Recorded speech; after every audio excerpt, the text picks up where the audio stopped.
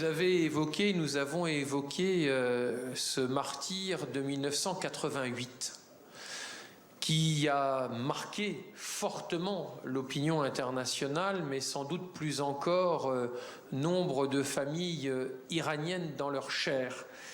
30 ans après, je vais peut-être un peu vite dans le déroulé de l'histoire, mais 30 ans après, et il y a un peu plus de 5 ans maintenant, en décembre 2017, janvier 2018, on assistait, et depuis 5 ans, tout cela est auto-entretenu, on assistait à de très violentes, très fortes manifestations contre la vie chère, contre le chômage.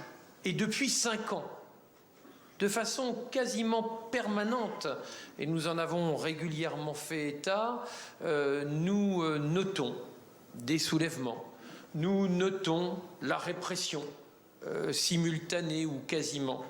Mais là, depuis quasiment 6 mois, quasiment une demi-année, nous avons, je pense, franchi des étapes bien supérieures. Alors oui, la femme est l'avenir de l'homme, et pas uniquement par la maternité sans doute, mais la femme est l'avenir sans doute de cette révolution qui est en cours.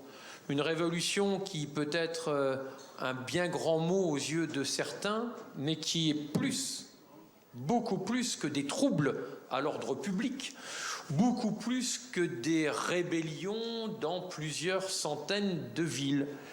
Parce que le mouvement auquel nous assistons depuis plusieurs mois maintenant, en effet, est tenu en grande partie par les femmes. Il est parti des femmes, et jeunes et moins jeunes. C'est un mouvement, je le pense, très populaire, qui irrigue l'ensemble de la société. Et la réaction de l'État, du régime, est bien à la hauteur de ces enjeux. Le régime a bien compris que ce qui se passait aujourd'hui était plus sérieux encore que ce qui s'est passé en 2018. C'est tout un peuple qui aujourd'hui se soulève. Et ce ne sont pas que, entre guillemets, des soulèvements ici et là qui pouvaient être qualifiés il y a 5 ans de sporadiques.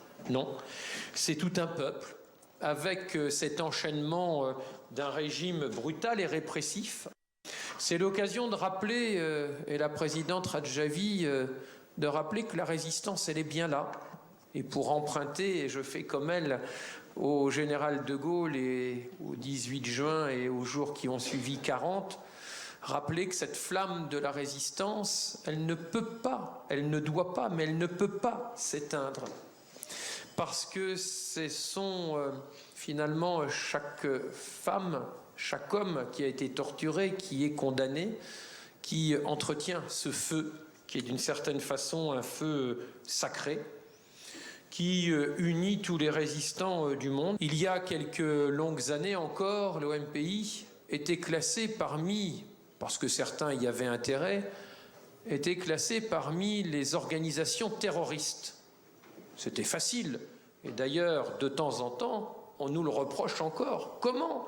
Toi, Gosselin, toi, Le Garret, toi, un tel, tu soutiens une organisation qui a pu être classée sur la liste des organisations terroristes.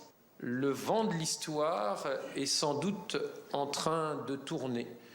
Et comme d'autres ont pu dire à propos d'une autre révolution et à laquelle je ne me retrouve pas évidemment et je ne m'identifierai pas, alors je pense qu'en effet, il est urgent que la résistance puisse aussi travailler de concert, s'unir. Pour moi, c'est le plan en 10 points de Madame la présidente Radjavi, de Mariam Radjavi, que nous connaissons bien.